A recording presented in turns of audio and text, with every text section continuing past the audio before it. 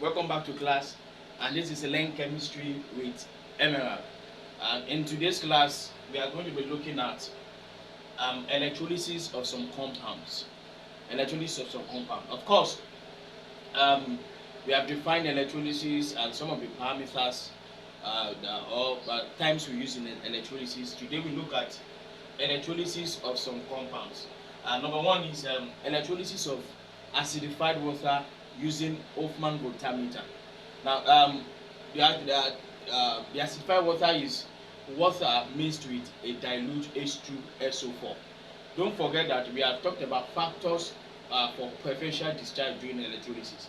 So, for dilute H2SO4, acidified water which is dilute H2SO4.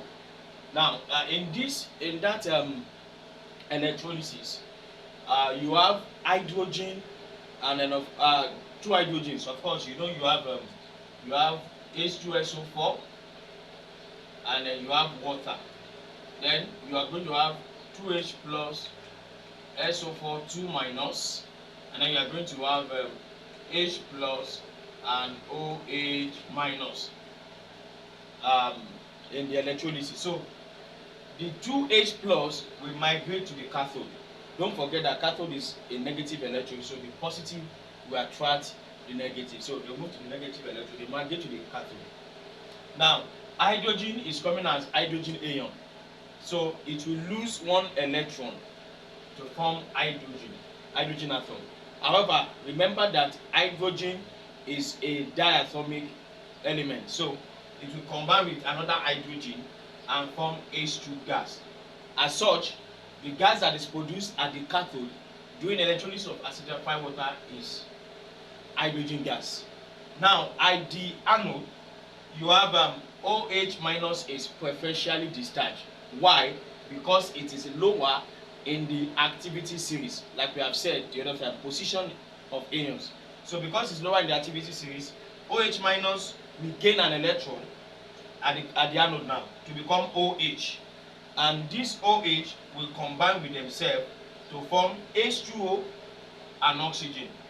Again, don't forget that oxygen is a diatomic element. It's a diatomic element, so it will combine with one another, and of course it will form H2. So O2 is also produced. Now, question might now say that in what ratio?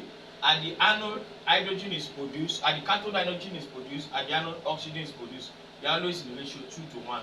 So hydrogen to oxygen, ratio 2 to 1. So in electrolysis of acidified water, hydrogen is produced at the cathode, oxygen is produced at the anode. For purpose of calculation, sometimes for this OH, you might not write it like this. You might just write it as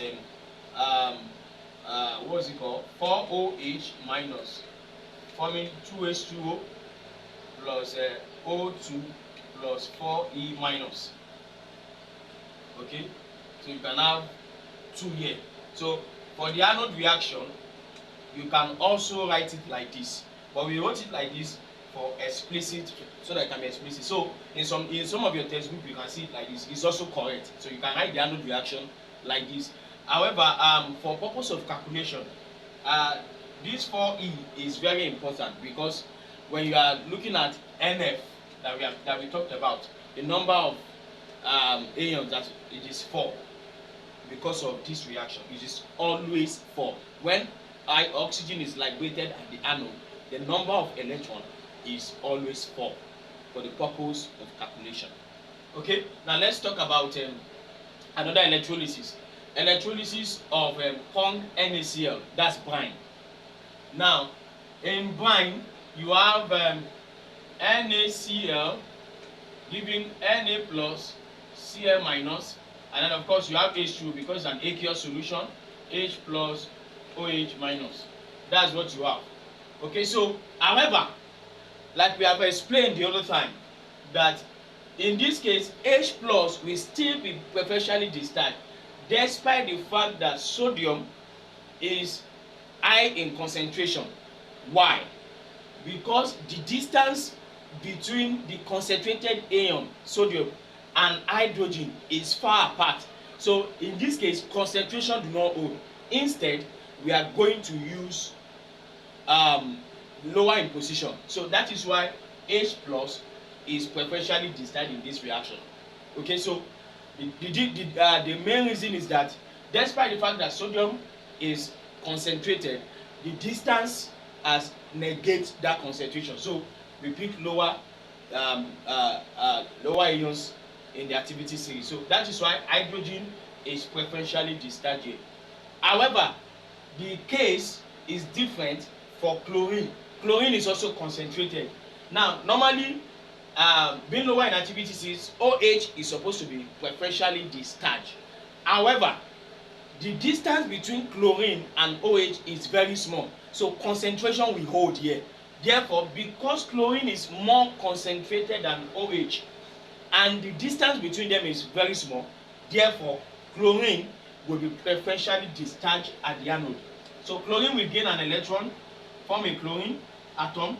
Chlorine atom combine with one another to form chlorine gas. Don't forget that chlorine is also a diatomic element. So in the electrolysis of corn NaCl, that's brine, H2 is hydrogen gas is liberated at the cathode and chlorine gas is liberated at the anode. The third one is electrolysis of CuSO4 using platinum or carbon electrodes. Now in that electrolysis, of course, you are going to have CuSO4 giving Cu2 plus and SO4 2 minus, and then you are going to have H2O again giving you H plus OH minus. So because Cu is lower in the activity series, Cu will be preferentially discharged. Cu is lower in activity series compared to hydrogen, so Cu will be preferentially discharged. It loses 2 electrons to become Cu solid. That's at the cathode. At the anode, OH is lower in the series as compared to SO4, so OH will be preferentially discharged. It will gain an electron, form H2O and oxygen combine to form this. So copper and oxygen are discharged at the cathode and anode respectively. This is because we are using a platinum or a carbon electrode for this reaction. If we had used a copper anode for this reaction, 3 possibilities could have happened. You could have had this happen like this. You could have SO4 2 minus being preferentially discharged to OH minus. You could even have the Cu might go into the reaction, and then of course the color of the reaction changes to blue. Okay, so of course in the next video I will talk about that. But however, when platinum or carbon electrode is being used, this is what you get: copper at the cathode and oxygen at the anode. I hope you have gotten this explanation correctly. Let me know in the comment box what you have learned today. I want you to take other examples of electrolysis and also work on it. Thank you for listening, and may God bless you. Bye bye.